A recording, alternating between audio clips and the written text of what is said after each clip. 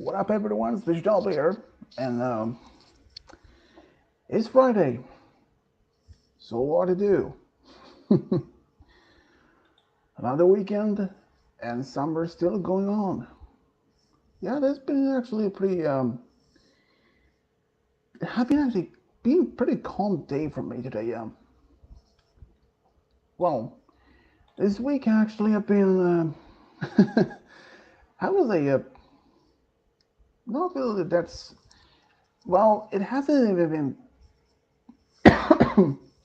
it hasn't actually been that hot enough for today, so there has been a lot more rain lately, and I don't judge because summer without rain, it's yeah, it would be like a nightmare. If um if you don't have rain where you live in the summer, whew, it's gonna be dry and also increasing the risk for fires and all. Yeah, like California, which has suffering huge problems with forest fires in the summer season, and look to Australia. So yeah, even Canada had some problems of forest fires a few years ago, like really, really bad forest fires, forest fires, and yeah, summer is itself is I actually don't mind summer much, but I just don't like when it's getting too hot. I mean, if it's like say 90 degrees or almost 100 degrees day and night, how much sleep will you even get? Not much.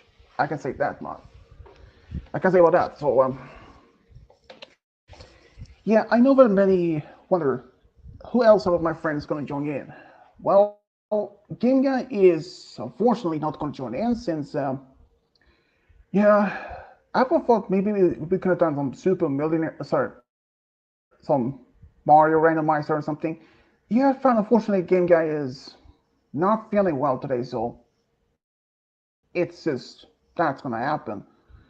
I really wanted to do so. I mean, he playing his games on the Super Mario and other everything. Yeah, they're actually kind of cool. Like last week when he played, not last week, but the week before, he um, he played his Super Mario Zero 2, and even on some on his new Switch 2. That's kind of cool. People lay and wonder, hey, when are you gonna play some games on your computer or on your streams? Um, Unfortunately, I'm not much a gamer myself, so it's very unlikely I will do some sort of games on my own. I do have one game on my computer called Pocket Tanks. It's it's not typical that much game as many people think.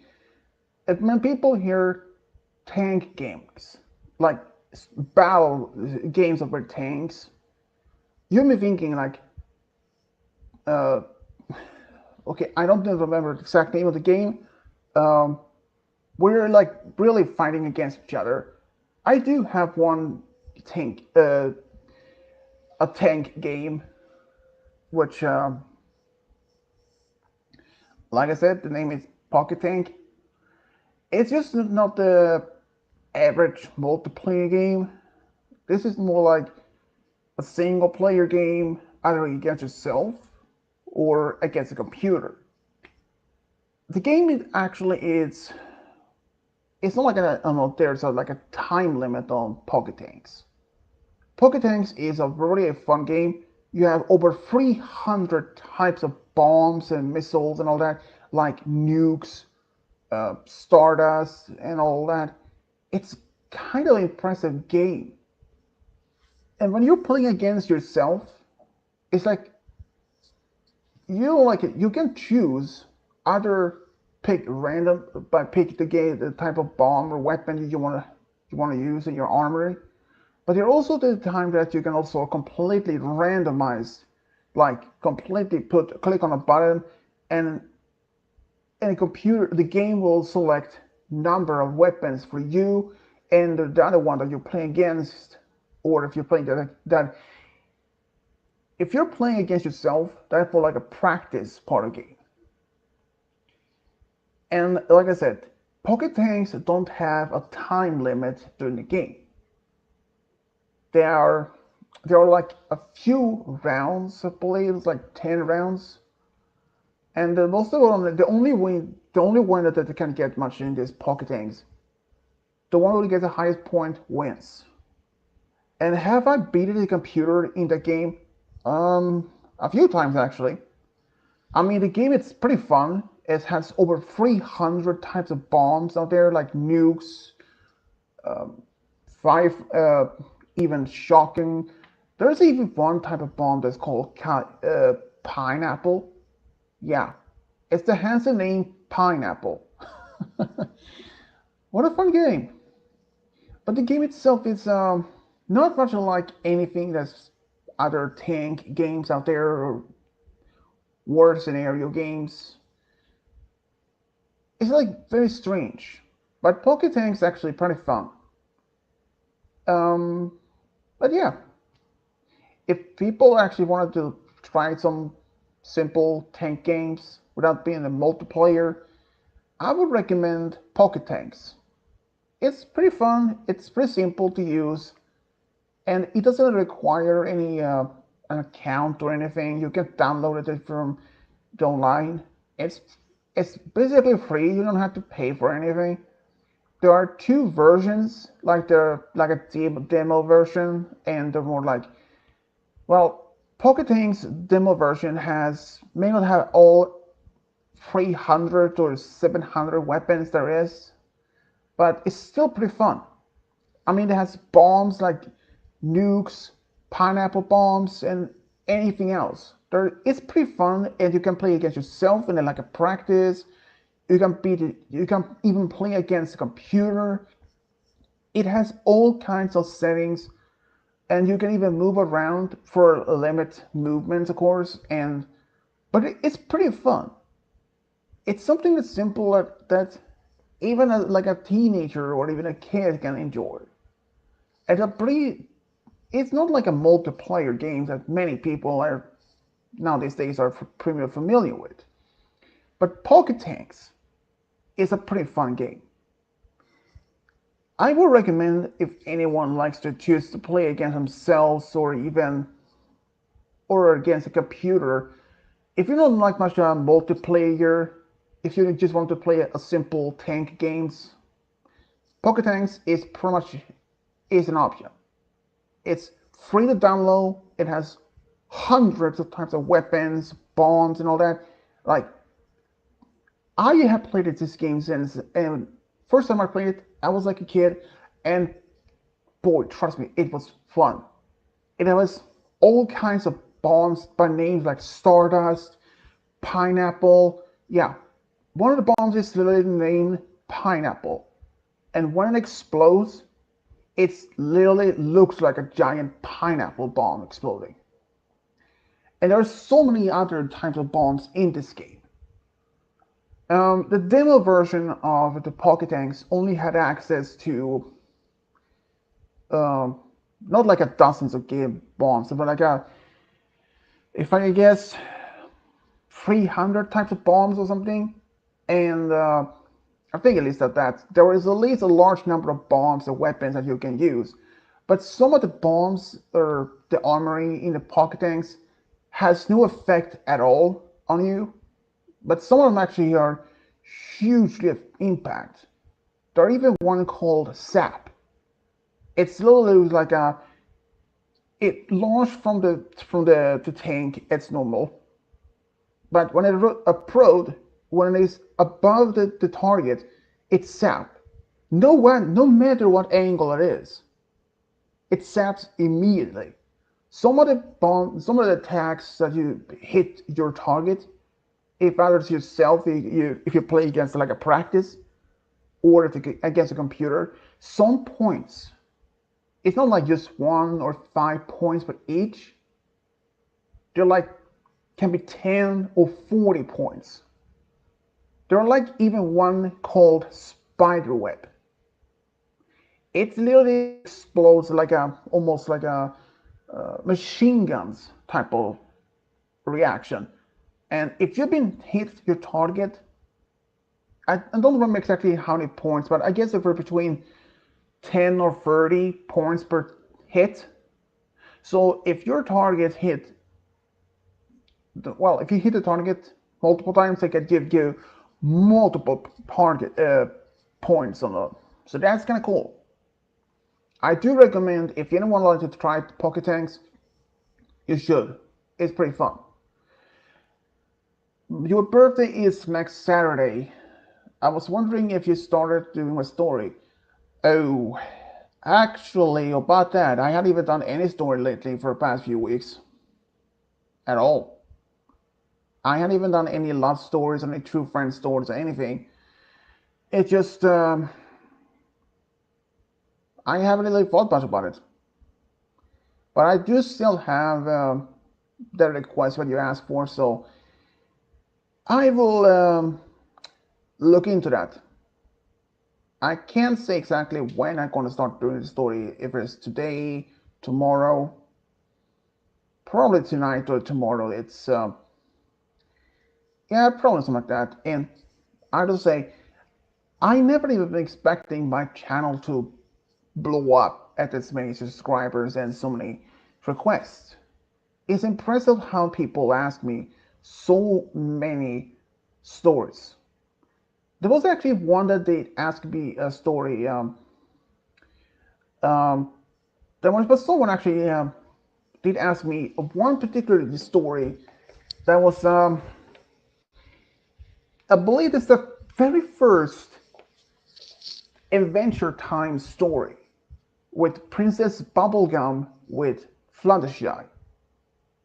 I wasn't expecting that type of any request or any that as an idea, but I wasn't sure if that would work somehow, since well, I mean I have done some unlikely stories in the past, so but I wanted just to ask some people like my friends, my girlfriend, what their opinions about it, and I think and my girlfriend finally got it, and she said, yeah, it's gonna work. So that's so yeah, Bubblegum or Bonnie with Fluttershy. It's um yeah, that's gonna be interesting to see how that's gonna be though. But I can't guarantee if it's gonna be a long good one. It's I have even seen Adventure Time in a while since I mean, doing a love story based on Princess Bubblegum with Fluttershy as an Equestria Girls, yeah, it's gonna be interesting a way to figure out how to do it. It's just that it's only like people like think, oh yeah, they're like same age. I feel like, nope, nope, no. If I would do that as a story with Fluttershy to be like 18 or 20 years old, Princess Bubblegum is way much older than that. She isn't even in her 20s. She is, at least the last time I checked, 827 years old. At least she is several hundred years old. So Princess Bubblegum with Fluttershy, I mean, it's not like it's very unlikely, but considering that Fluttershy in the story would be like 20, and since Princess Bubblegum by canon from the show is 827 years old. So it's going to be an interesting topic. First of all, how to make Fluttershy to happen in Land of Ooo in the first place. Because most of the stories, when I have like a crossover between some stories like that, like say when I did Halo with Star Wars characters, that makes some sense. When John 117 traveled through the slipstream, causing some malfunction to somehow enter some other dimension or parallel universe. So in that sense, it was a technological explanation. When it comes to Equestria Girls, or at least the MLOP stories and if how they end up in the human world, that's more an explanation. They had a magical mirror. But when I did Twilight and Dipper as a last story a few years ago, she ended up there not by the magical mirror, but through a magical spell by accident. But the thing is, if people were like, wait, hey, if she's in a human world, why didn't she just track down Cantaloupe City, use the mirror, the portal there, and go back to Equestria? Well, the thing is, we don't even know for a fact that if Gravity Falls universe is even take place in the same type of universe as, um, well, Equestria Girls universe. Since there are two separate series, it's not like Twilight. If she end up in Gravity Falls, she just look up, try to find Cantaloupe City, use a portal there to go back home. No, since there are two separate shows, two separate universes, so it's not likely. But doing a story based on the fact that one particular character end up in a separate universe is a tricky one. Because if I end up doing a story of a character, like say, let's say now for example, like a Sonic character end up in Equestria, it had to be in some sort of form of explanation. And like in the Sonic X series, Sonic and his friends end up in a human world by the malfunction of Dr. Eggman's machine that had all the 7 Chaos Emeralds. That caused them to teleport not only to their own planet but to a separate universe. It's like a travel through space and time in a different parallel universe or something. If I had to do stories or something like that, it would have to be some explanation to um, if it's like from one world to another, it would have to be given some explanation. Otherwise, people will like start to even start question, even perhaps ask, how did that character, that main character, end up in the different universe without even explaining? Like Transformers, well, I did a few stories of Transformer characters like Bumblebee when he became a friend to Applejack, Optimus Prime when he started dating Twilight. Yeah, in that explanation, this is actually is part of canon, or well, part of this as an actual officially happened in um, in the somehow is that when Chrysalis used a magical spell in order to create a new army, which somehow interacted by accident to the Decepticon space bridge portal to malfunction and which drew both Autobots and Decepticons to Equestria.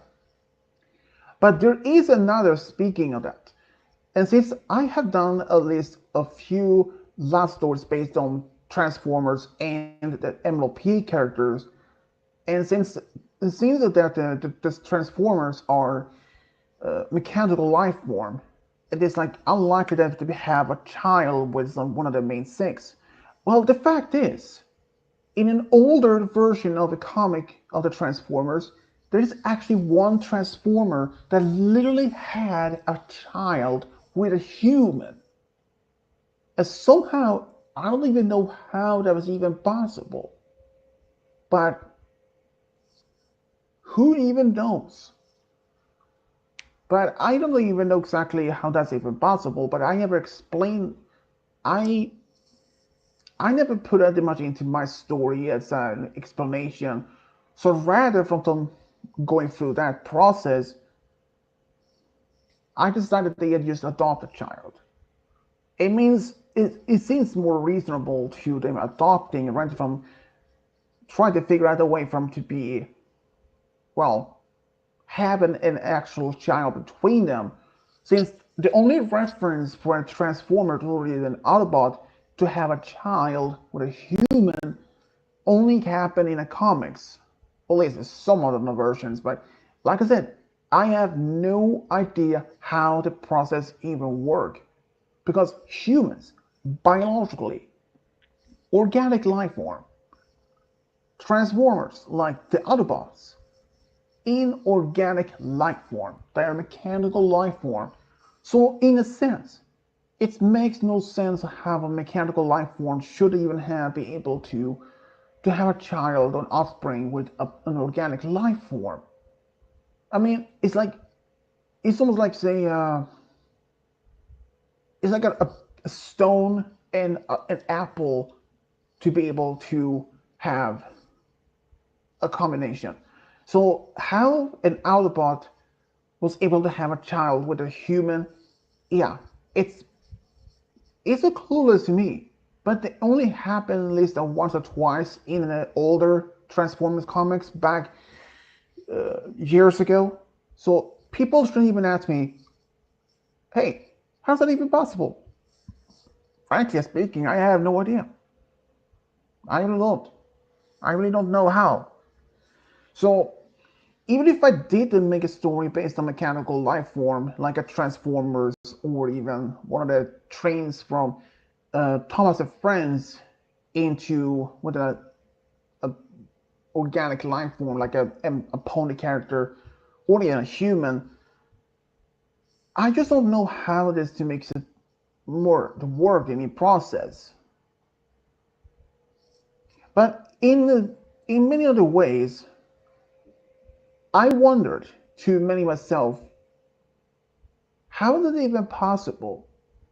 Like, I know for a fact that many people probably wonder, will I do more Transformers with the MLP characters, Thomas and Friends with the MLP characters? Um, I mean, I have many ideas for some Transformers character with the MLP, but one of the characters that many probably wonder, Megatron.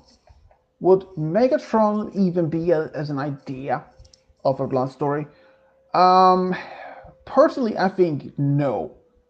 There's a main reason for that. Personally, even though that the Transformer species, the Autobots and Decepticons, they are capable of feeling emotions like rage, love, sadness. But doing a love story based with Megatron with another character, yeah, personally, no. I would never even do that.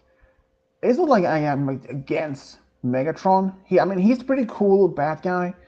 It just Megatron, his personality itself doesn't even care about love or even compassion. He used to share love, compassion, and honesty a long time ago in their timeline. Well, depending on which one that you're referring to, since. But anyways, can you even see yourself Megatron with in love with someone? Apparently, there is at least one comic where Megatron is somehow as romantic attracted to another Decepticon. But personally, if anyone even asked me to do a love story based on with Megatron and another female character, even as a male female MLP character, no.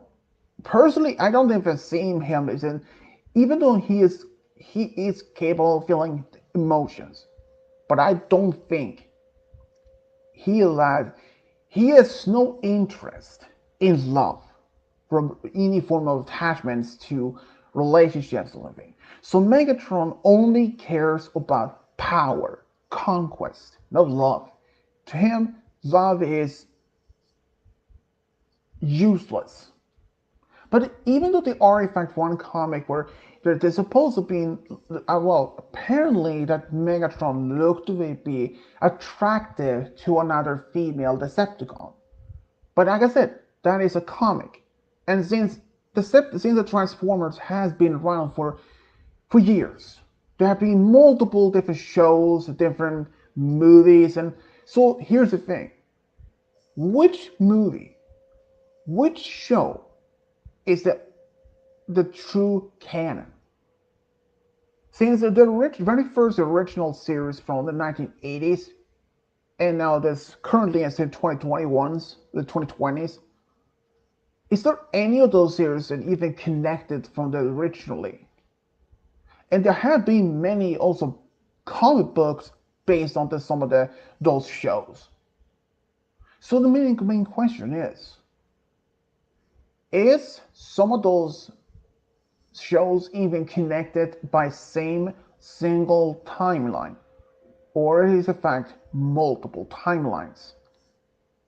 So yeah, I don't know.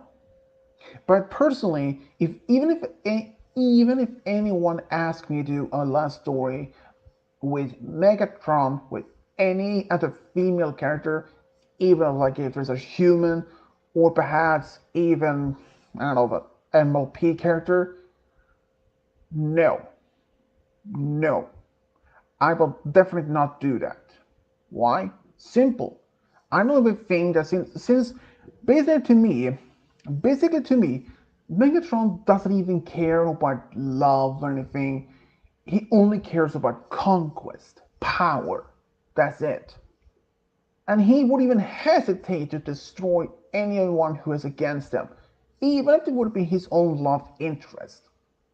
If he had found out that his love interest was somehow a conspiracy against him or something, Megatron would immediately kill his love interest, even if they conspired against him or show weakness. So if anyone asks me to do a love story with Megatron with any female character, no, that's not happening. Because even though he is capable of feeling emotions, but he only cares about power and conquest. So it's not like anyone can even ask me that. But even though there is, like I said, a comic where Megatron is somehow shown interest romantically to another female Decepticon, but that is in a comic. Since there have been so many movies, so many shows about this Transformers over the years, are they sharing the same single timeline, or are there multiple timelines? In my opinion, there has to be multiple timelines. Since, I mean, if you think about it, the original Transformers back in the 80s, and Transformers Armada, the Beast Wars, and even Michael Bay's movies, and so, question: is all of them based on the same single timeline? I doubt it. So, even if anyone even suggests, well, Megatron is a love story, a true friend story, no. I mean, he didn't even care about true friend either. Even though they were in a distant past, in Cybertronian history, before he was Megatron, he were Optimus Prime's best friend, including as the newest Transformers movie, Transformers 1. That was when they were true friends. But I have to say, oh, hey, Cody. But I have to say, Transformers as a love story idea, well, it's just crazy. And many may actually wondered, like, I mean, since I did some love stories based on, like, Optimus with Twilight as a true love, people may like wonder why they have their own child of their own. Well, I mean, considering Optimus is an Autobot and he is part of an inorganic life form, and Twilight, which is a pony, is an organic life form. You may think, oh yeah, they're not compatible. But the thing is, there is a comic where an Autobot and a female human actually even have a child. You may ask why? How? No idea. It was never explained. But then, even though there would be, let's say, even if a human and a trans and Autobot would have a child, would it be the child be able to, transform like the parent is? Um, I think it's very unlikely. I mean, I think it's very unlikely for if a child is half human, half Cybertronian or an Autobot to be able to transform to vehicles. I doubt it. But another thing is, oh hey Alex, what's up? Yeah, that's been a while. Um, so yeah, another question is the lifespan for an Autobot. Well, if you're thinking about it, the very original series from G1 of Transformers back in the 80s, when the Transformers or the Autobots ship, the Ark, crash landed on Earth, it was around the 65 millions in the past. And as the most recent movies also mentions, the civil war that were on Cybertron between the Decepticons and Autobots didn't last for just for a few decades. They lasted for hundreds of years. In fact, they couldn't last for, I don't know, like perhaps millions of years with the same fighters. Like say, and as much as that, Optimus, he could have been fighting in those battles in that particular war for millions of years. So the lifespan for an Autobot or even Transformer, it's not like just a few 100 million years. No, as long as they have access to the energy that they gives them life to resupply their own energy, they can actually outlive. They can have a lifespan perhaps for millions or perhaps billions of years. So if a human and Autobot would have a child, would they still share the same average lifespan? Well, I have to say no on that, because for a full-blood, fully human, the average lifespan is, well, 100 to 120 years. I mean, since the longest recorded official lifespan for any human is 122 years. So, say from that, humans would have been have a lifespan between 100 and 120 years. So, in Autobot, millions to billions, or perhaps infinite timely lifespan. So it's not even required to drink water, eat food, or anything. So basically, and they don't even require sleep either. So an Autobot can live for infinite of years, as long as they don't sustain any damages. They aren't immortal, no. They're still mortal, but they can still outlive even humanity itself. So an offspring between an Autobot and a human, many wonder, would it be actually be able to live perhaps beyond an average lifespan of humans? And well, considering that the Cybertronians' lifespan is, well, technically infinite, since as long as they don't get damaged, but yeah, that's also absorbing the energy that Transformers consume. That's true, since they, like in the most recent series, they have one life. The most energy that they live on is energon. But you may have to understand, Liz, that as long as they can, I mean, the energon itself, in the reasons almost on the shows, is an actual light. There's an actual mineral called energon. But if you may not know it, but in a G1 of Transformers, the Autobots and Decepticons could actually produce energon from any sources, like oil, wind, electric, and even geothermal energy. So basically any natural energy sources, even lightning, could have been transformed and converted into energon. But assuming from this, as long as the Autobot had access to energon, or perhaps some machinery that convert the natural elements like lightning, geothermal energy to energon production. So in a difference to that, they can live for hundreds or perhaps billions of years. So even if they wouldn't be a half Cybertronian, half human hybrid, and since the typical lifespan for a human is 100 to 120 years, so they may actually consider the lifespan for a half breed from that, by coding, might actually be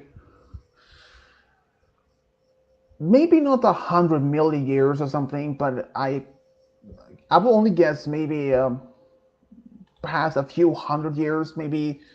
Oh, yeah, encoded. Perhaps 200, 400 years. It depends. But the transformation part, I don't think the hybrid would even be able to do so. I mean, if you think about it, it depends if their bones, like the skeleton, is like still human skeleton. If you try to say, it's like if you try to uh, if you let's say you take your own leg and twist it one part forward, that will happen to the bone will snap. The bone will snap. But if you have um, but so if you would have half human, half Cybertronian hybrid, it's possible that the skeleton actually may be stronger or something. I don't even know for a fact how that's even possible, to be honest.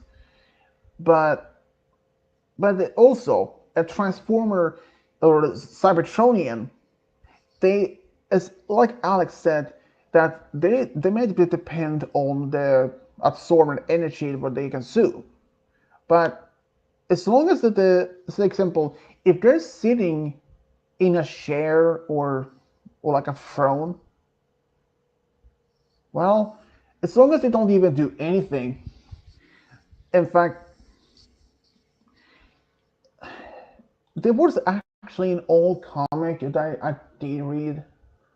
This one was, I believe, was from the 1980s or early 1990s. I don't remember exactly. It had been decades since I read one. I don't even have it anymore. But that was actually mentioned where this Autobot in a ship in England in some form of hibernation. The Transformers itself, or Cybertronians, don't even require sleep, but they can be put down in well, at least I mean they can be putting down there and almost like a some form of hibernation sleep maybe. I don't even know if there's a Cybertronians are even capable of sleep or even dreaming. And also, human body isn't supposed to live that long. So, what if their body at least half started to decay? Um, I mean, it's possible. I mean, half a human body, if a half human has Cybertronian, the life, I mean, it's, yeah, that's you know what, Alex, good question. Good question. Um, I mean, considering that the Cybertronian don't even really decay since they're mechanical life form, but if they have half Cybertronian, half human DNA, and since the average lifespan for a human is about 100 to 120 years, give or take, so but if the person will be have Cybertronian, it's possible that the bodies may actually the skeleton may actually be more durable, like be more stronger, more denser. So, but able to the capability to transform, I don't think the offspring is capable of that. But here's another thing. You may not know this, but if you think about it, an Autobot or a Decepticon, if they can walk on the moon without any requires any life support. What about a hybrid? What about in a hybrid? If they have human, have Cybertronian, would they still be able to walk outside on the moon surface, or even let's say walk on the outside the space station? Maybe not for like for entirely, or trying to say for eternal. What if they can actually be What if they can actually be exposed to the vacuum of space for a brief moment without causing any harm? I mean, it's possible. I mean, if you think about it, if it is a hybrid, it's possible that they could resist to a certain extent like that. And like another thing, radiation. Gamma radiation for us normally is deadly, highly deadly. But for Cybertronian, not as much because they're mechanical, and since they can probably like walking around and even they can even perhaps been the they can probably been on a spaceship pretty close to a star that emits strong UV light, which is also even cosmic radiation. So, but if a hybrid were on board was a spaceship close in orbit of a star, maybe. I mean, if you think about it, if they able to, if their parent is capable of resisting or even survive long-term exposure to radiation. So if a hybrid would be an exposure to some radiation, would they somehow resist that? Um, I have to say 50-50. They won't be like entirely immune to radiation. But due to the fact that their Cybertronian heritage DNA may actually give them some form of temporarily resistance. They may still require some treatment afterwards, but not very much any exposure. But even considering that the Cybertronians are a very interesting life species itself, but like I said earlier, and there have been multiple shows, multiple movies over the years. Are they all sharing the same timeline? My opinion, no.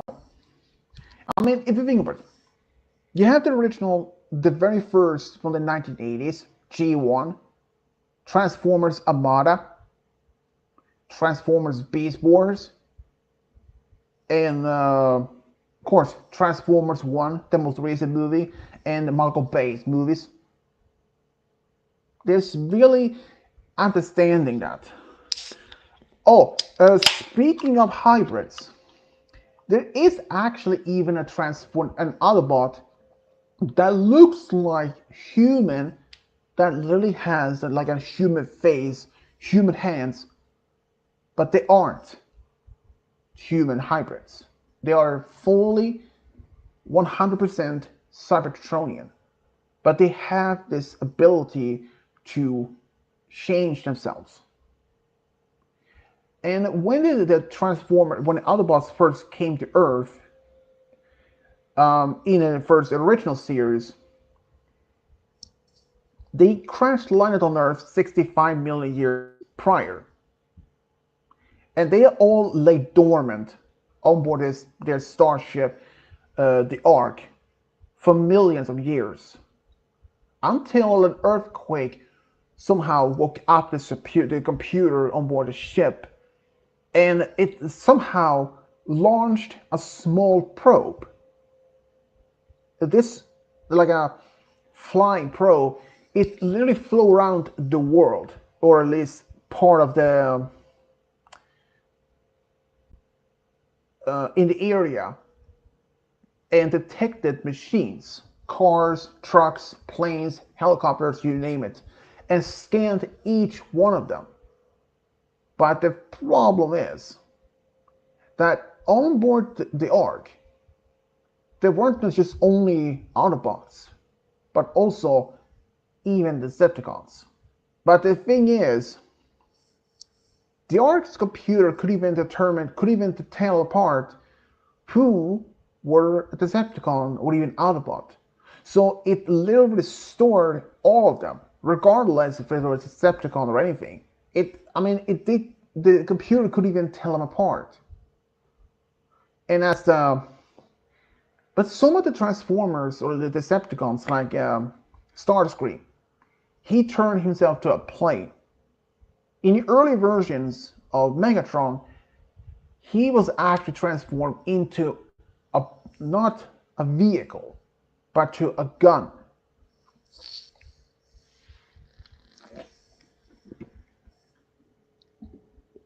But that gun of him, at least the design was unfortunately changed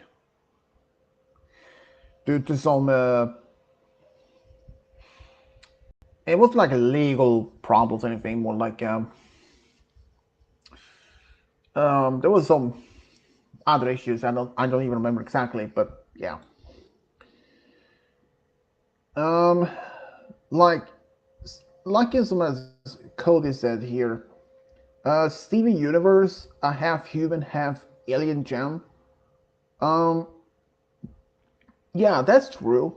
Steven Universe, he is actually a hybrid of a human and gem.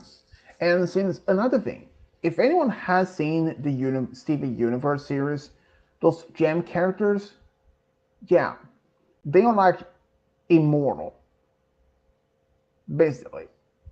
But there is actually just one thing about that. I'm still very curious. I mean, the body itself aren't the actual physical body. The only thing that gives them is a gem. The gems is automatically adapting to a planet's gravity and light, which gives them the form.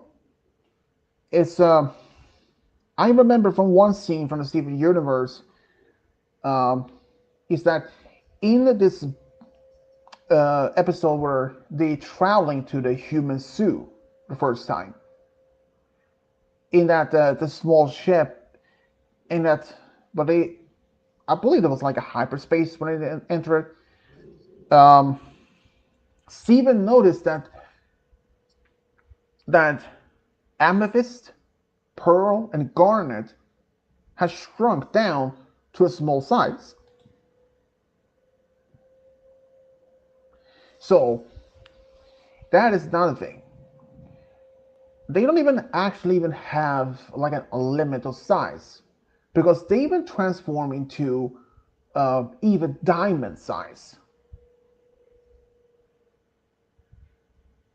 So, but even though that the only one in the crystal gems that literally eats is amethyst. I mean, here's another thing. Since they is capable of eating, I mean, they even though don't require it, but do their bodies do their body have like the tongue? Can they taste like sour, sweet, bitter? I mean, can they literally can they even you know tell the difference between the flavors or something? And their others like vision can, I mean, since it looks like almost like humanoid, but can they see way much further away compared to the rest of the, I mean, amethyst is usually the one that's aged a lot more, like in Steven Universe Future, the spin-off. uh, when Steven is in the hospital for the first time for next when Connie's mother examined him, she even shows some X-ray where the crystal gems voluntarily put up for this. The only ones that this was visible on them was the gems and, of course, the sandwich that Amethyst had. But another small thing is, after they've been eating something, since they don't even have any actual, you know, since they don't even have intestines, how did they process the food? I mean, I never even heard of or even saw them using the bathroom or anything. So, I mean, imagine if like if they didn't have to eat something, would they just stay there inside them until they start rotting and mold? I mean, if they don't have a way to turn that into waste product as much as France do, so let's say from this, if the gems don't have a way to process or convert any organic matter into actual waste as we do when we eat something, would it just stay there inside of them until it started molding and rot away? In the process, wouldn't that make her stump their breaths, start feeling? Yeah, I mean, they don't even have amphibians can actually they can actually eat almost anything. I wouldn't be surprised if they can even add if they can eat any form of radioactive. I wouldn't be surprised if they can actually eat a missile or even a freaking nuke. I mean, I wouldn't be surprised that since they don't even normally don't even require any organic substance to even survive. I mean, you can put amethyst on the moon for, say, 200 years, or perhaps a million years, without even requiring oxygen. Even, even she can even eat the moon rocks for God's sake. So I don't even think. But even if some like the gems, crystal gems like amethyst, if she would eat, um, if she was like came across a nuclear bomb, would she eat it? I mean, could she eat it? Would it have an effect? No, not really. It wouldn't even. I don't think it would even have any much effect on her. She would still eat it, but the thing is, would that somehow still, if it is still inside of her, would that make her radioactive? I don't know. I just don't know. But even so, the only way for the crystal gems or the gem species to literally to be killed is to smash their gemstones. Since they can live for billions, billions of years. The gems from the Steven universe don't even have an actual lifespan. But the thing is, they don't even require anything to survive. And even after, like, when after Connie stabbed Pearl during training exercise, her physical body, it dissolved. It took a few weeks before her to be able to restore herself back to normal. And it doesn't say, I mean, even Pearl, she could gain the same size as White Diamond. I don't think there's no like any size limits of the gem species can even have.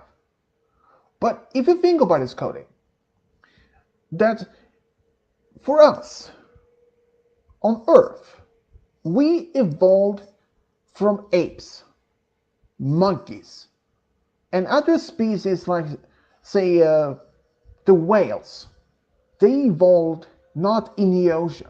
They actually evolved from a small dog-like, dog-sized animal, literally a mammal on land. After millions of years, they evolved as giant whale. But what about the gems?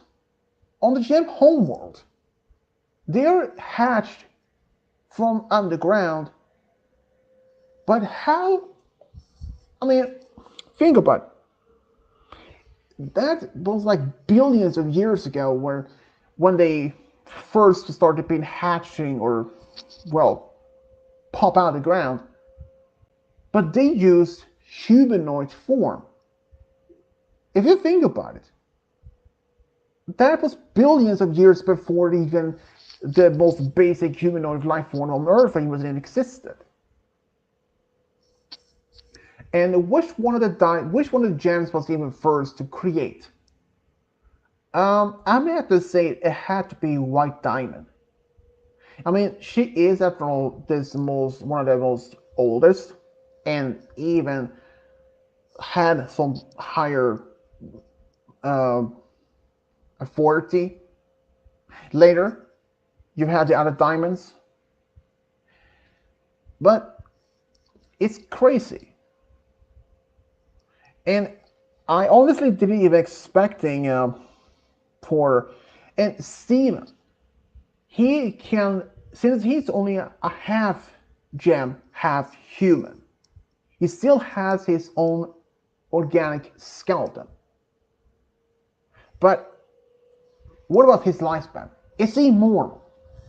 Well, partially yes. I mean, in one episode when he was afraid he was getting older, he did age rapidly from a kid to a teenager to an old man almost an instant. But then, after that, he aged backwards to his actual age. So, in a sense, as long as he wished and remained young, he can live perhaps beyond the normal lifespan of a human. So he can perhaps outlive his father, all of his friends. But then, if you think about it, Lars, one of Steven's friends, did actually die in the show, but he was restored when he was resurrected by Steven. If you've known his other friend, Lion, the pink lion, the pink lion used to be a normal lion, but at some point it died, and Rose Quartz healed him and made him pink, which makes him. So I don't know. Can Lion and even Lars, can they outlive the normal lifespan? Are they immortal, or are they still mortal but just live a little bit longer lifespan? I I would even say. Um, let's go see here.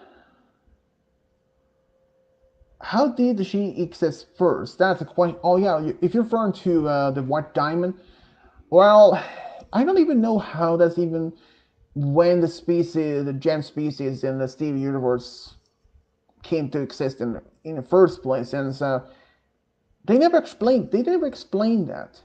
And even when we saw Gem Homeworld for the first time, this planet looked to be like a terrestrial planet, like a rock planet, almost like Earth, except no oceans. But the planet had two rings forming like a cross or like an X. But the planet was cracked.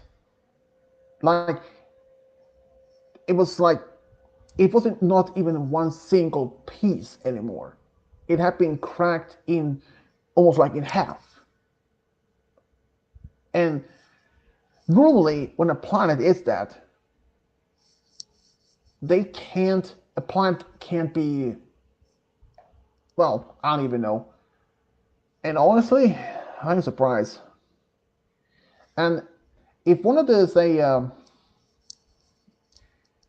but since the gems don't even require even a breathable atmosphere, so it's possible maybe the planet was no longer a breathable atmosphere. But if that would be the case, it wouldn't make no sense. Because when Connie and Steven arrived to the Gem homeworld for their first time, they were able to walk around on the surface without any problem. So the planet must have some form of breathable atmosphere otherwise. So, considering how many other things, how did the gem species evolve in the first place? Like in natural process? Like were the gems created naturally underground like on Earth? I have to say yes. But this is this is not the first time of an intelligent inorganic crystalline species that was ever made. There is actually one other though. In Star Wars Expanded Universe, there is actually mention of one species that's called Shard. It resembles as very much as quartz crystals. And they are in fact intelligent. They are capable of communicate by sparkling inside the crystals. And get this, at least one adult shard crystal near had 12 smaller of herself, which were her children. So those 12, including the giant adult shard, all of them force sensitive. They were in organic life form, like they're crystals, and they were able to use the force. So, yeah, just wanted to mention that. But how did the gem have tears? I mean, since the bodies they had is made of light and like an illusion, so it's possible that those tears aren't even actual tears. They may actually be some illusion. I mean, since they're capable of feeling emotions like we do.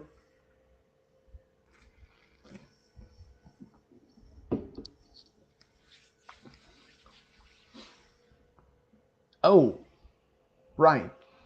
When you mentioned that it was actually Hollow Pearl, yeah, that was like a hologram of her.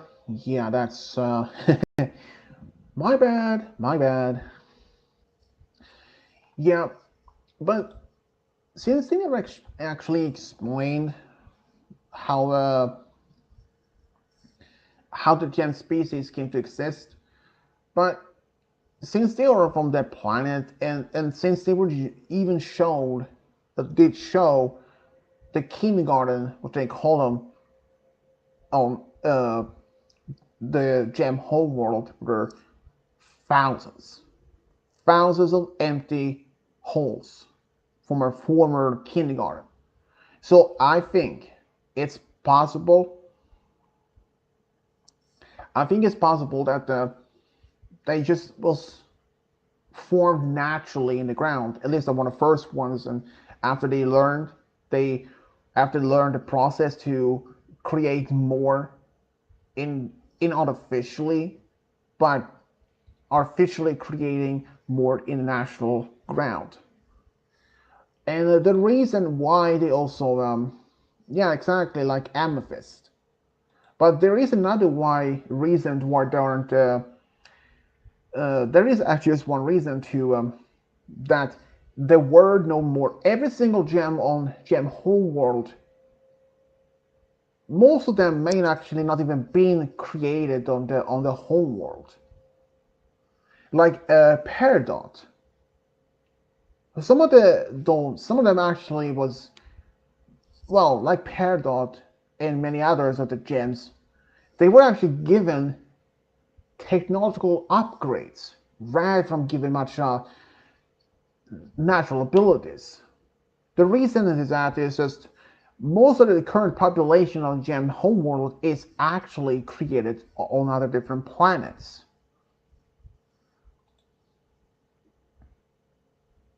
Well, Lapis was actually, she was actually, the mirror itself has no actually, it wasn't even part of her. If you remember, her gem is the Lapis, the blue one. It was attached only behind the mirror. The mirror itself has nothing to do with her. She was only attached to it. After that, so basically, after that, the Jello, Blue Diamond, and White Diamond, they started, after they realized that they had already had depleted all the natural resources on their own homeworld in order to create more gems. So at some point after those on the last ones, they were unable to create more gems on their homeworld. They had exhausted all the natural resources. That is why they started their empire to expand to other worlds. They conquered hundreds of worlds and started building kindergartens in order to create more gems. So that was, but that was, if you remember, after that the empire was collapsed or was dissolved, and was going to be, well, more like reorganized to a democratic government rather from the gems, the diamonds authority to ruling, but rather have elected, almost like it was like they are have their own president election. You know, it's kind of like that for them what they do, and ever since then, for gem species to continue to survive and to continue to grow in the natural world, their population, but since they're actually basically mortal, I think Steven allowed the gems to continue to create more kindergartens on planets as long as they don't really to create a large kindergartens to literally, as they previously did, to create more and more gems to exhaust all the resources of the planet until it's served its purpose and abandoned. So I think that they were still allowed to continue to do so, but not in such large scale. The only planets that, or the only celestial bodies that they were probably allowed to create large scale kindergartens are barren moons, asteroids, comets. Since as long as the planet or the planetoid or any of those celestial bodies don't have a breathable atmosphere and show any form of living life, they will be perfectly extracted from the be perfect target for more kindergartens. Because I think that after Stevens convincing the Diamonds to stop all their previous doings, what they did from in the eons of doing, that he convinced them to stop doing that. But not entirely though, but to always to remember they can do some create some smaller scale kindergartens on living worlds to a smaller scale, of course. And if there are a planet or an asteroid or a moon that may actually, well, that's completely out of life, then the gems can start doing a larger scale of kindergartens to create more gems on those. But if they're like, but then you may ask, are the gems on Earth allowed to continue to do some kindergarten or create more gems, even though Earth is breathable atmosphere habitable by life? I think they are, but not a large scale.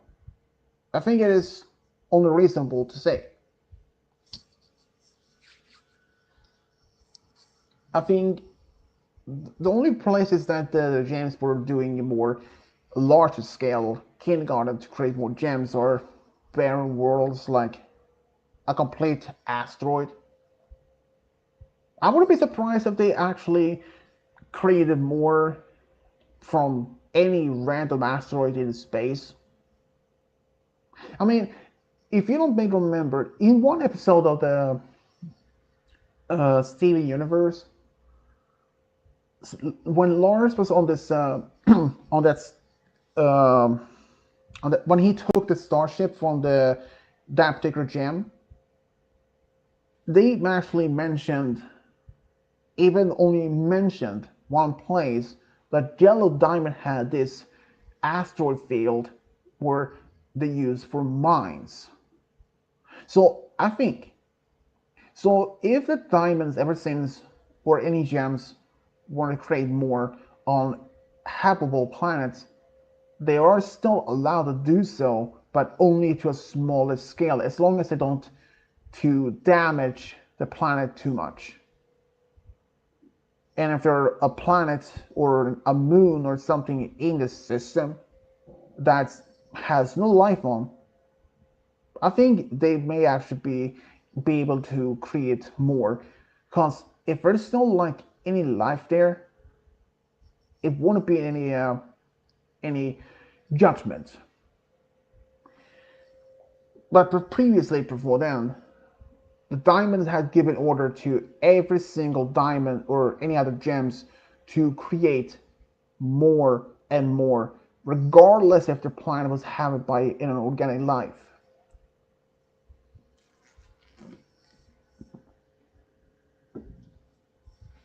I think I think that is actually pretty good, at least that the Pink Diamond, she tried to save some of the number of humans, and even the White Diamond, Yellow Diamond, and Blue Diamond didn't see no reason for just saving any organic life forms, but only to make her stop begging, they actually agreed. So Blue Diamond creating this space station in order to preserve some humans. I wouldn't be surprised if they actually even took some animals with them, like deers, birds, rabbits from Earth, as companions for the humans, what they're called. But you know, the funny thing is that it was supposed to be a human zoo originally, but in the Steven universe, the future, the humans had turned that from a space station to a cruise ship. Oh man, that was pretty fun. And all that. every single rose quartz on the station was allowed out of the bubbles. And when Amethyst, when she saw those rose quartz standing next to Steven, her face, she was first happy and then like, what the kind of shocked, jaw dropping expression. I was like, that is just, that was funny. I mean, Amethyst in the Steven universe is had to be one of my favorites. But I'm actually surprised of well, much of the things that was in the show, but there were some questions like if Steven and Connie now they are since they are officially dating and all, if they would have a child, would the child be able to inherit Steven's gem? Or could they somehow develop powers from like Steven's powers without the actual gem? And that would be, but that child would be more human, less gem. Unless unless the child will be 100% human but no diamond abilities. That's actually something else I ought to think about. Since yeah, it's curious, but it's also puzzling in how to explain that. But they never actually explained, at least I don't think they did, how they explained how Rose and Greg even have a child, or how they were even conceived. Considering that Rose is a gem, but since their main body is just like a light illusion, and they can contain organic matter like Amethyst when she eats a sandwich. But I don't even know how that's even possible because eating something is one thing, but carrying a baby, unless unless that her unless Rose's body was after she read some books about human anatomy, how to that was how the process happened, and and some details and how to well and perhaps she was able to create some that was required for a baby to be in her stomach and so that but another thing, did she eat normally human food or something? I mean, okay, we never saw her eating anything when she were in those episodes. It is I never did. But if she made, that must have been off screen though. But there are still some things about the actual show that we never give much in detail, like when the empire formed, or how the gems was created, or which one of the diamonds was first made. Presumably, if it is the white diamond, hopefully that there had to be. And even though the white diamond might be the first one, then the question is, who was next? Was it yellow or blue? Or was it even... But there is another thing. If you remember, white, yellow, blue, and pink are the only four diamonds in the entire series. Are the diamond like this the rarest form of, or is it possible that after the white was created and after blue and yellow was created, they decided only they were given the order. They were like, after they learned how to create more gems artificially, but using the natural ground as a way to grow more gems, that they only gave strict order that Under no circumstances would there be any other diamonds be created until they decided to create two made Pink, who is the youngest of all of them. But their size, I don't think the size had nothing to do with them from the like it's like for blue and yellow. I don't think like there are any actual age difference on that. I mean, it could have the height could have been part of the process that he had been created. I mean, since white is the tallest of all of them, yellow is perhaps the second tallest, and blue was the third. But it doesn't really have that. So if that's true, then since pink was created last, but okay, we don't even know if pink was even created around the same time as the rest of the diamonds were, or if she was created some time after. And since they don't age, they don't grow. So is it possible the pink diamond size that she wore, that was her permanent size, that she would even get any taller? But if they lost pink, why they didn't create another diamond? Think about it. If they were to, even if they do have the resources on the countless of colonies that they had, why didn't they create perhaps more gems or like diamonds? They could have created perhaps maybe a few more to form this console, or perhaps maybe create another diamond after pink was gone. Maybe like a replacement. But I don't think, even if white wanted, if let's say, if diamond or the white suggested they create a new diamond to as a replacement for pink diamond. As you know, blue diamond was so devastated after pink supposed to be shattered. She fought for eons. She fought for centuries that pink was gone.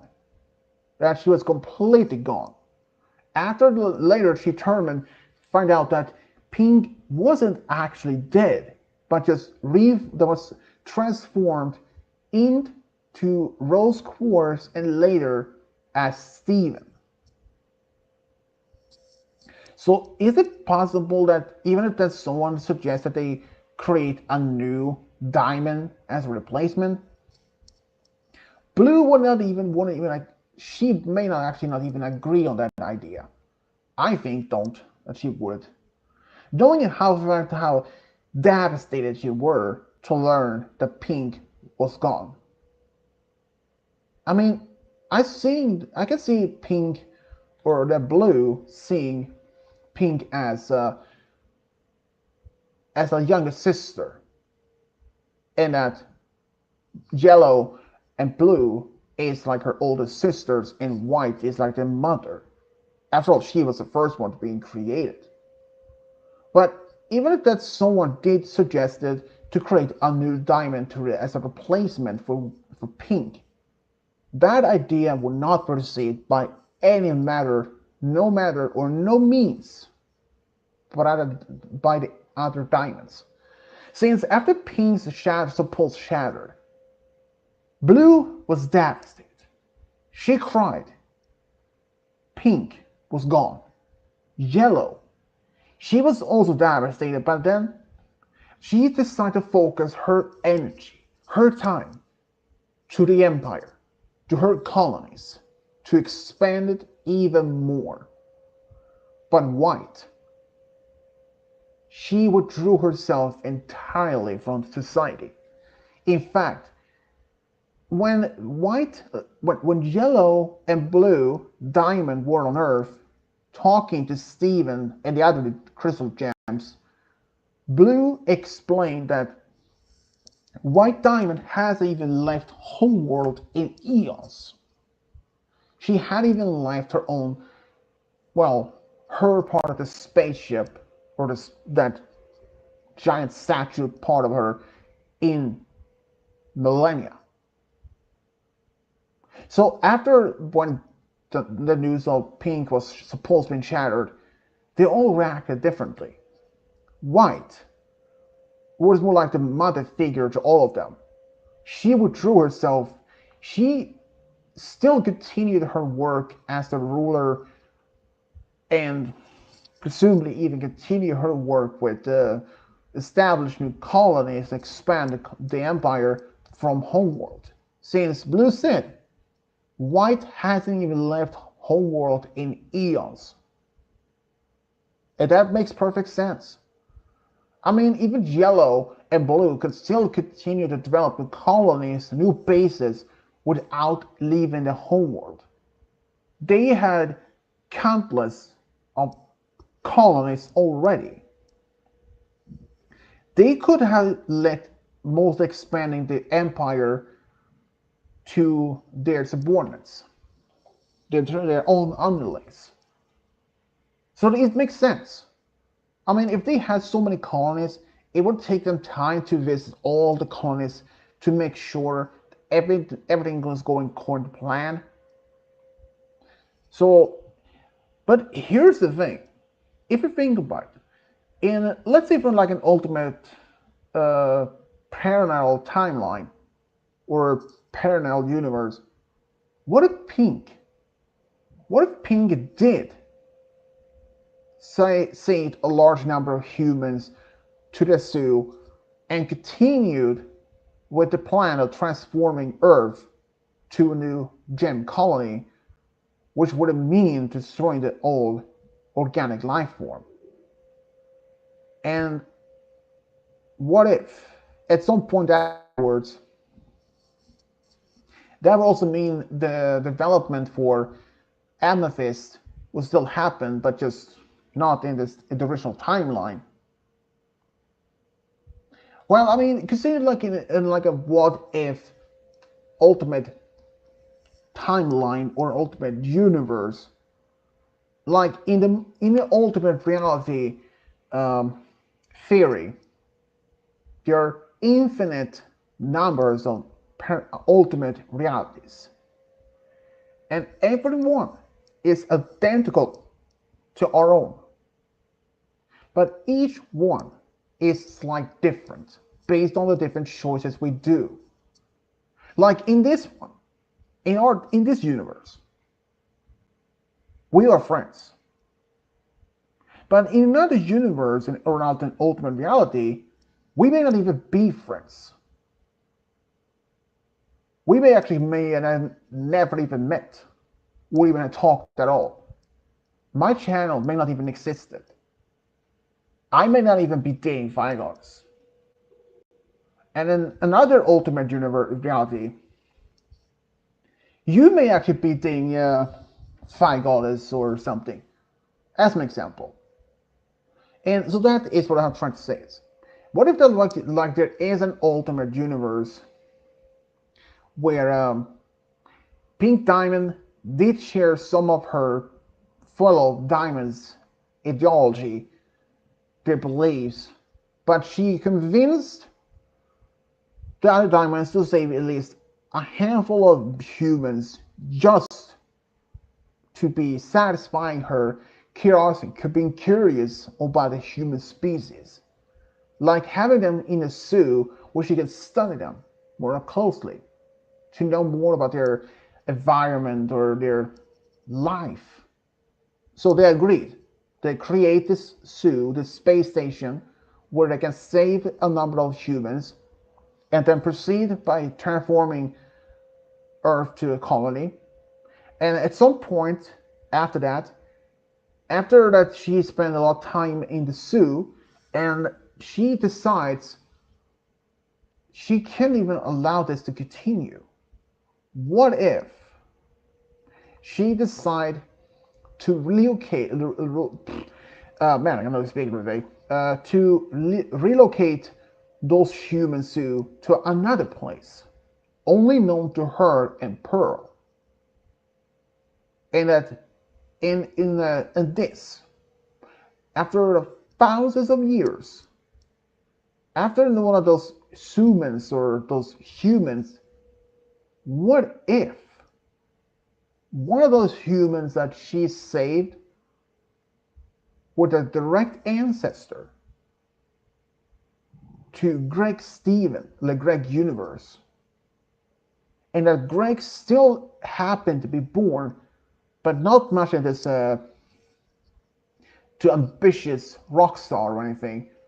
But after he and or what if what if that what if that Pink do go to this human zoo and having it as her kind of summer or even her like a holidays place where she goes to spend just to relax as her personal uh, retreat where she interacts with other gems and also study the humans or perhaps interact with them directly. And one of this might actually and she's doing this over time, over the next few hundred years, or for the next several thousands of years, until the modern age. The year, what if one of the humans that she interacts with is Greg? And somehow they click, like romantically click, some reason. And that they spend more time together at the zoo. And after some time, she falls in love with him more deeply and decides to take him. Not because as a lover, but more like as in disguise. Well, maybe she take him as a lover, but in the disguise as like a personal entertainment, or perhaps an entertainer, or personal. I wouldn't say slave, but more like assistant to help her with some basic things like Pearl do. Perhaps she takes him as a second assistant. And that Pearl, who has been informed and fully support all this. And during the time, they had to keep this as much their relationship for Red Dead Diamonds a secret. And what if they find a way to create a life? Maybe not, even if they had to be, if they wouldn't have to be in the same way as Rose Quartz carried Steven, unless they find a way to use some sort of using a lab. What if they decides to make a top secret lab on a planet or somewhere only known to her, Greg, and Pearl? Only to those three. And perhaps create some, maybe be able to create a child based on Greg's DNA and perhaps using a rose quartz diamond, or maybe they create a diamond quartz, a diamond gem, and get to the baby.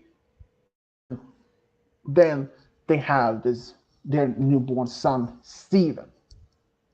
But they couldn't even take him back to the human suit because since the other gems there would notice that this boy had a diamond gem on his stomach, which would seriously bring a huge alert.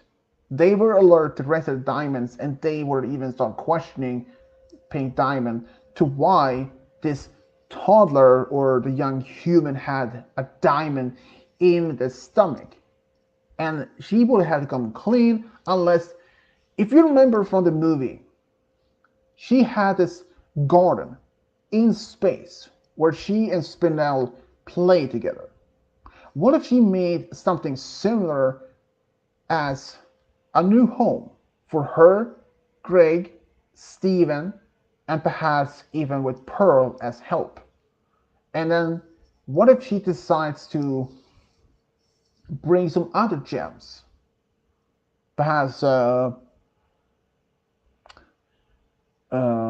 Sapphire and Garnet, or even Ruby, to as part of their circle. Ruby as a security guard, and Sapphire maybe as teacher slash friend to Steven. But here's the thing: even if all that would happen, it's not a guarantee they would even name him Steven. It may actually be possible they perhaps give him a different name, because the humans in that blue diamond or pink diamond suit don't even actually have just a normal name. They have a letter or a number in the name. But since since Earth is long gone, well, in the sense that we know it,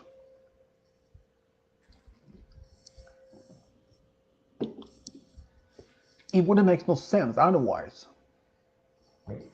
But like I said, that is like an ultimate open universe where they actually happen to complete Earth's colony, but save some humans, and one of them would have been the ancestor to Greg, and eventually Pink and Greg end up falling in love and have a family. But if this, let's say from this, if, that I mean like a big if, the rest of the diamonds would find out about Pink and Greg have a child. What if they, but since they can even argue, since if Pink is saying she'd rather staying with Greg and her child, and rather from leaving or to had them exiled, or perhaps had both her son and Greg terminated, meaning taken care of. If she'd rather be with them, so rather being exiled permanently by other diamonds to another planet.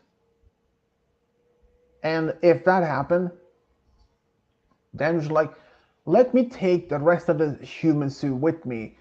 The other gems there can go somewhere else. I will take care of this station by myself. And if that happens, after all, since the station is Pink Diamond's station from the start, the diamonds would even have nothing to do with much an arguing that. So if they say, okay, you can keep the station, but the rest of the diamonds of the gems there would be relocated to other places. So they may still remain on the station, just them. But if they decide allowed to keep at least a handful of other gems, just in case as part of the staff.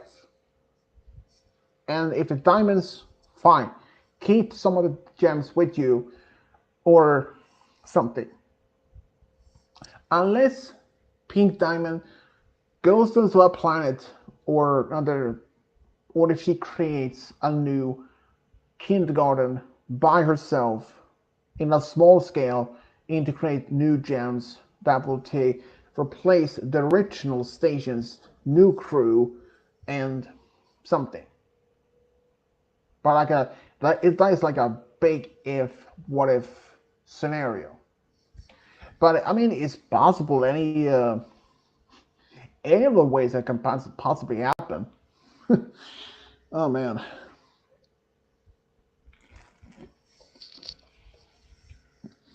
I also wondered in the Steven Universe series, since since we know that Steven, Rose Quartz was his mother, Greg the father, and since Rose gave up her form in order to give birth to Steven, but we never knew anything else about the rest of the family, Greg's family, like his parents or his siblings or anything, until he was really told they introduced a cousin Andy, to when they celebrate Steven's birthday. And later, they also when they mentioned when Andy mentioned his parents. Okay, they were not by name, but they at least mentioned some other relatives. And in Steven Universe the Future, when we actually see Greg's home, childhood home, and even a photo of him as a teenager, and including with his own parents. That which means Steven's paternal grandparents. At least we know what their faces look like and what their names are, and that gives some answers, at least that. Also to also give an answer to why we never saw them, or why they were even mentioned, or at least why Steven never even met his grandparents. And well, let's say from this, if people like, or if even if he did meet his grandparents, if they asked him where is his mother, well, he would have to say he had to point at the gem that he has, since after all, since the gems don't even have a physical body, only the gem that creates the body that they're based on. So he was like, here, and they probably wouldn't even understand, since, but he isn't lying. But if they ask to meet some other relatives from his supposed mother, that, well, that would be like technically all the other rose quartz. And if you put it a technically way, that means every single gem that was created, including the diamonds, like white, blue, yellow diamond. So I don't understand. But at least we know now of how Steven's paternal grandparents look like, the names are, and the reason to why his father left, and also to why, well, we know nowadays that also the reason to why he never actually met his grandparents. It makes some sense in that, considering how Greg's upbringing were under his parents' rules. And I don't think that he didn't want to allow his own son to go under the same process. And but I don't think. I mean, it's possible that Greg's parents may not even know that they have a grandchild. Even if they knew about him. Oh, I got it. Um, but yeah, even if Steven had never met his paternal grandparents, it's possible. But since in the episode when Greg and Steven went to his childhood home, Steven actually found a number of unopened letters from Greg to his parents. Yeah, Wi-Fi is um,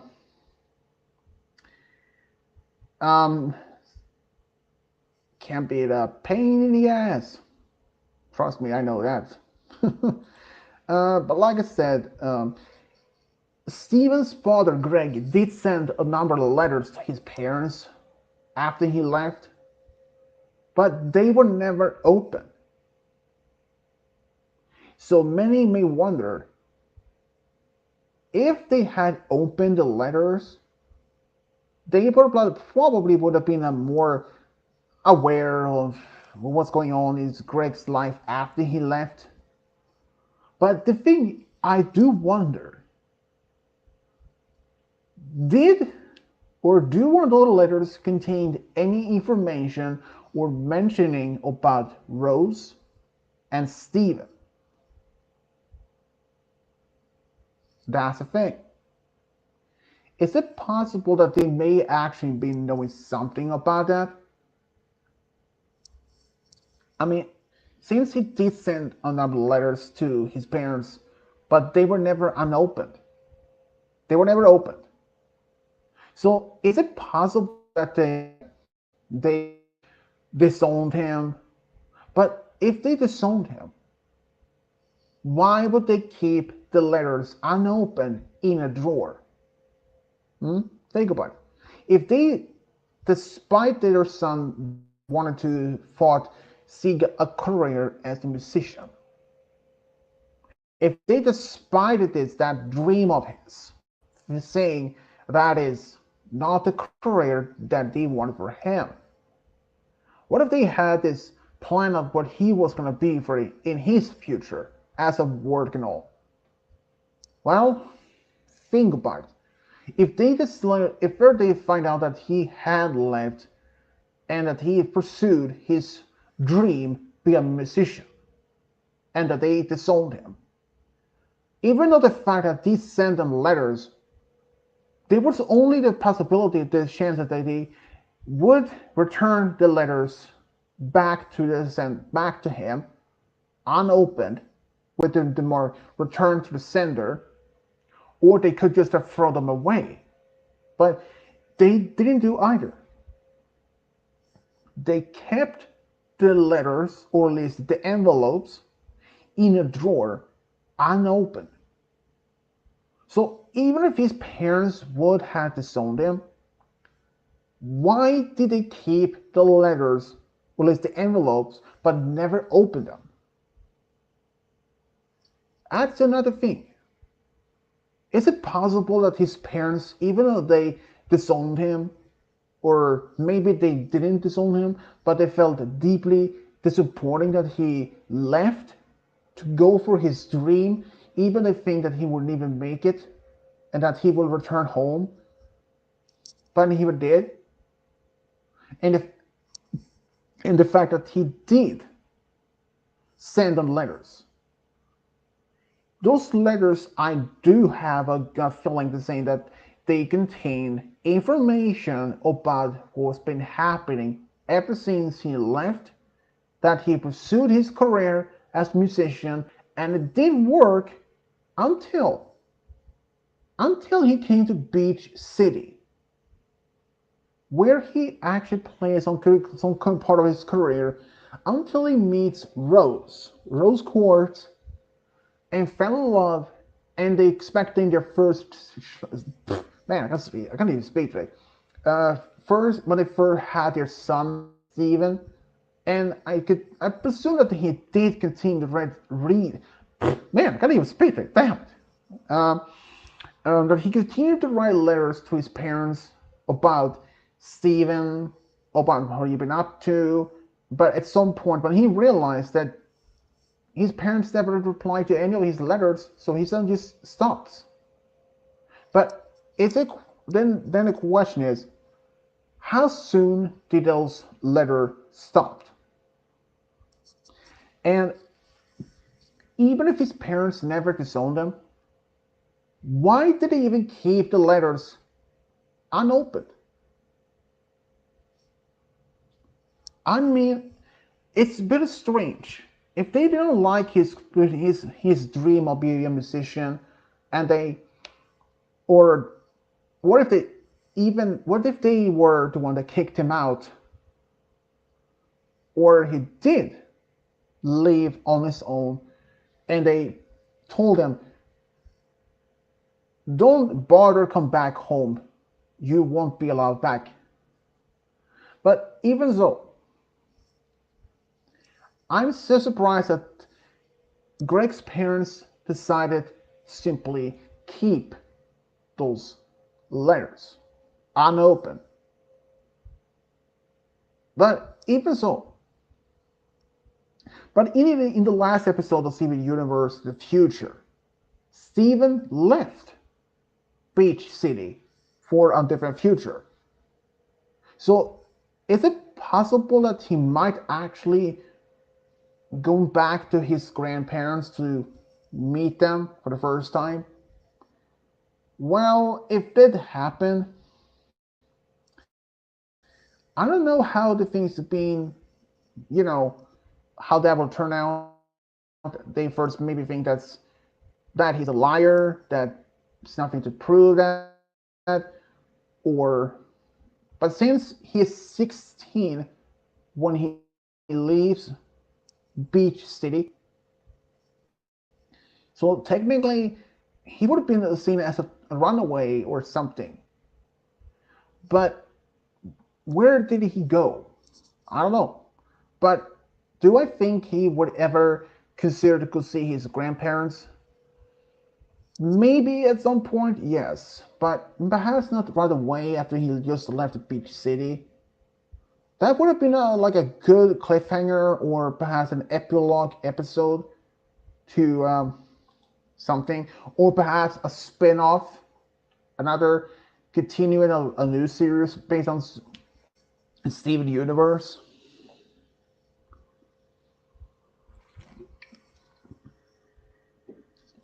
Um, I can give you an example. Um, you know about the Velma series, Cody. And in that series, in the last episode, when Velma died, well, they only mentioned that only way for her to be brought back to life is that they perform a ritual during the Halloween. Well, since the show ended there, like ended in that episode before the first season was not even considered since the show was canceled. But there was left unanswered question: did they ever brought her back to life, or plot twist? They actually even made a movie, like it has, but I think it was about 35 or 7 minutes long movie, just about half an hour long movie, but it actually brought back Velma to life, to to ending. Since the show ended with such cliffhanger without her when she died, and they were only mentioned that she could be brought back to life during a ritual during Halloween, but since the show was cancelled, that was left unanswered if they ever did. But now they have this long movie, long, short type movie, half an hour longer, give or take, that they actually brought her back. I was like, whoa, okay, she is alive. But it's just not like people are expecting well, another continuous season or anything since, like I said, the show was cancelled. But the other thing is, there is a new Scooby Doo show in the development. And this might actually be a lot different from any of the previous ones. And the fact is, Shaggy is pretty much he's a Caucasian white male, brown hair, like the previous shows had. Um, there were at least one male character that looked to be assumed that that's Fred. If I remember, he was like an African American, like the Velma's version here. So Shaggy, he was African American, not white. That was a okay. That was a plot twist I never expected. But anyways, in this new supposed show of Scooby Doo, it's not gonna be a 2D version like the previous series were. More like I think not an animated it either. I think something like in a mix of all that, I guess. But there was only one female character that was in the mystery van or mystery machine, and that was actually I can even tell. I can even tell if that's Daphne or Velma. But I assume that it had to be Daphne. But the thing is, Daphne in a previous other seasons, series shows of Scooby-Doo is red hair, but this one is purple hair, and it seems that she has pigtails. And there is even Scooby is actually in this one. Since in Velma, Scooby was not even mentioned, well, not even seen, as from the previous ones. But in this new one, there's supposed to be, he is in it. Likewise, there's a second dog, but not a Great Dane. It looked to be almost, okay, I don't even know for what breed of dog that is, honestly. But they are actually been driving away from some monsters in the background. And that is not just typical monsters like phantoms, ghosts, or anything. Those are resembles as Japanese monsters, like Kappa or something. One of those looks like a sumo wrestler. But I don't even know if that is an actual series that's gonna be, or another fan made or something. I don't even know. I saw the Velma series myself, only the second season. I I literally skipped the first season of Velma. I mean, I already knew exactly what was happening in that one, since Fred's mother was the killer, and that she targeted popular high school students. She cut up their head, like their skull, and basically scoop out the brain and put them in a jar. But those brains were still much alive. And they made a whole huge mess of the Velma series. Not only that the Velma was African American, that she was part Asian, I have no problem with that. Bisexual. Now, if you ever think about it, if you put back in Scooby Doo in the very first beginning in the late 1960s, even the basic thought of bisexual or even lesbian character, it would have been perceived with a positive. But having both Velma and Daphne as bisexual, okay, I have no problem with this. That's more common now these days with even reality shows, live action shows, and all that. But the one is actually just one thing. Daphne and Velma kissed in that particular show at least a couple of times. I believe it was just one or twice or something. And I mean, I have no problem with that since throughout the years there have been a lot of shippings between Daphne and Velma, so it's not like the first time there. So, yep. But none of this small detail, Daphne, she was raised by two females who were actually police officers, and she was actually herself was half Japan, believe half Asian, half American origin, and her real parents were behind bars for being serious criminals, bank robberies or something, and in Velma's family, well, her dad was working at the school, if I remember right, and his or her mother was mysteriously vanished at some point. But she returned near the end of season one, but without memory. The fact is also that her father had moved on and was dating a waitress at the local diner, and that they also have a child, a daughter together, who was born near the end of season one. But that is not the problem, is that the huge mess for Velma series of the main character is Fred.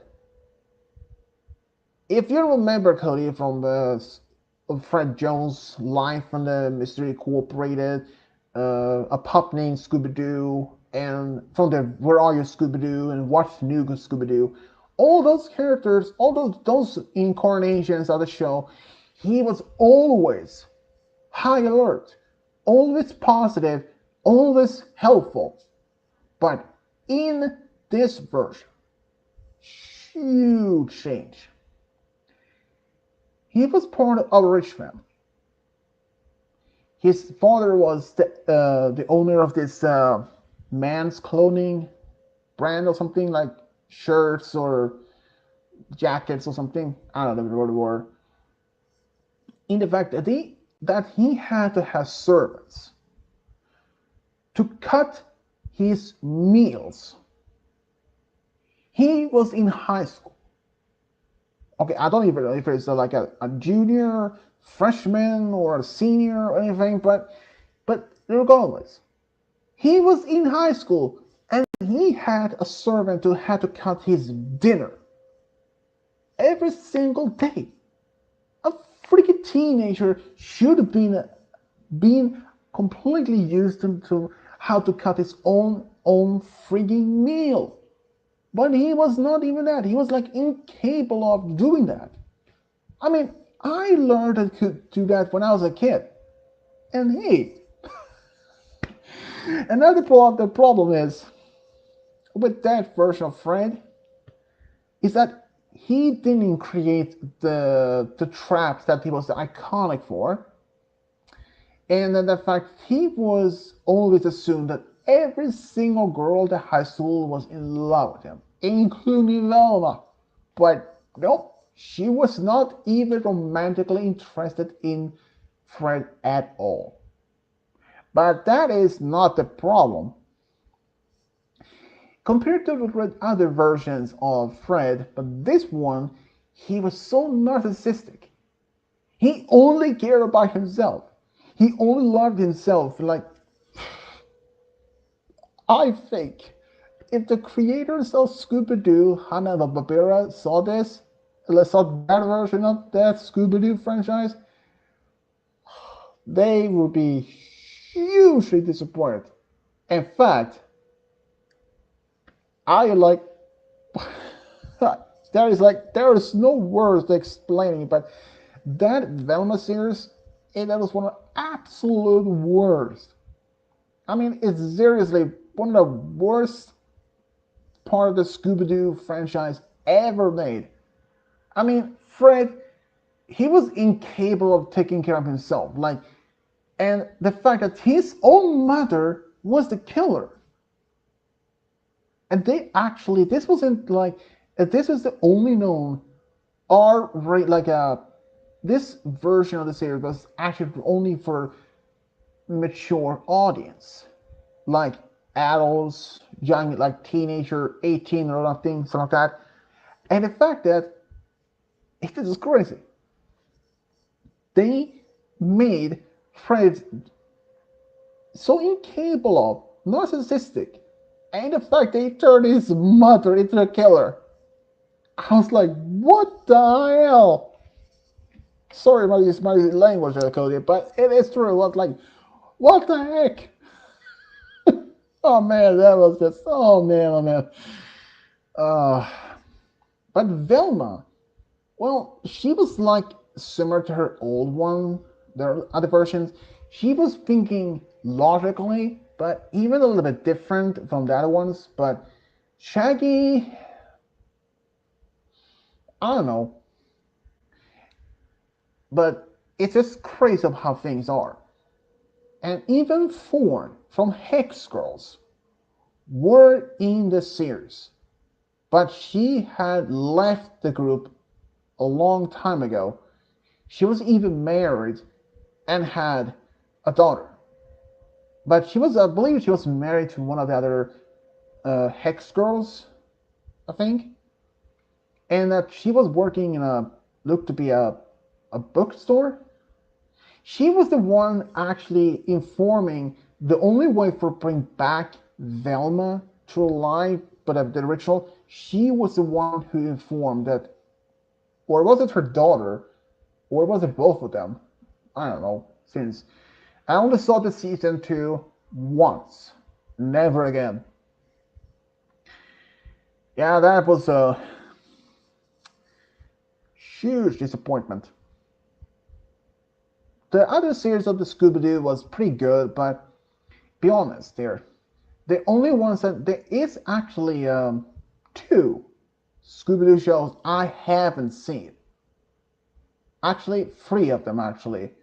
Scooby-Doo, Guess Who, Be Cool Scooby-Doo, and Scooby-Doo and Shaggy Get a Clue. They are the only three shows of the Scooby franchise I haven't seen. And honestly, I'm not even going to. Because Scooby and Shaggy Get a Clue, it's hugely disappointment. They aren't even involving the rest of the friends. They aren't even going after demasking monsters or anything. They're more like they're looking for one of Shaggy's uncles who disappeared. And Scooby-Doo, Guess Who? Same thing. That is just actually more like they are like the Scooby-Doo, the new movies of Scooby-Doo. They're involving celebrities, which I have no problem with, but it's just not the same. And they include Scooby-Doo or Be Cool Scooby. Yeah, I haven't seen that much. Only a parts of from the series, and honestly, it's just so disappointment. Why do they have to ruin the Scooby-Doo franchise so much? I have no answer for that, and I probably don't think there's gonna be any answer.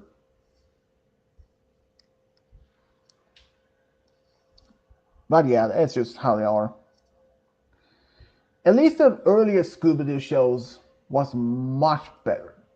Way easier to learn, way easier to understand, much funnier. But the newer ones, yeah, not as much. I don't understand why. Like, why? Oh well, that's just how I think at least. I think it's probably time to end the stream here at this 2 hour mark, so I maybe I'll see you tomorrow, Cody, if you're around at the time. So yeah, people, this stream was, well, it was okay, I guess. I mean, it's a bit bored. I'll say bored, but it was a little bit let down that not Cody, but that the game guy wasn't here. But since game guy isn't feeling well, I was expecting maybe I don't know, Malachi to show up or some other people. But at least if Cody showed up, then that's fine with me. So yeah, I should mention that it's gonna be some new stories that's gonna be up for my channel. I have found some crossover stories that I had in mind.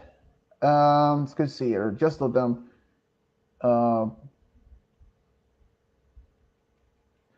Let's see here, some Chrysalis, Shadow the Hedgehog stories. Not Shadow with Chrysalis, but separate. Here we go. Sally Acorn with Trixie, Amy Rose with Applejack, Sally with Applejack, Trixie with Sally. That looks to be Shadow with Pinky. Not sure yet. Amy Rose with Celestia, Sally with Cadence, Pinky, and Luna. That is at least one of some of the stories ideas I had in mind for recently. But since I haven't done any actual love stories for a few weeks now, not at all. The only stories I have done so far is those fictional stories, but and those stories that have been uploaded are the ones that was already made past months ago. Um, right now I have about 70 plus stories that is already made on my flash drive. So, but I will go back to make some more stories. But right now, it's a few cross stories I had in mind, some characters and some others.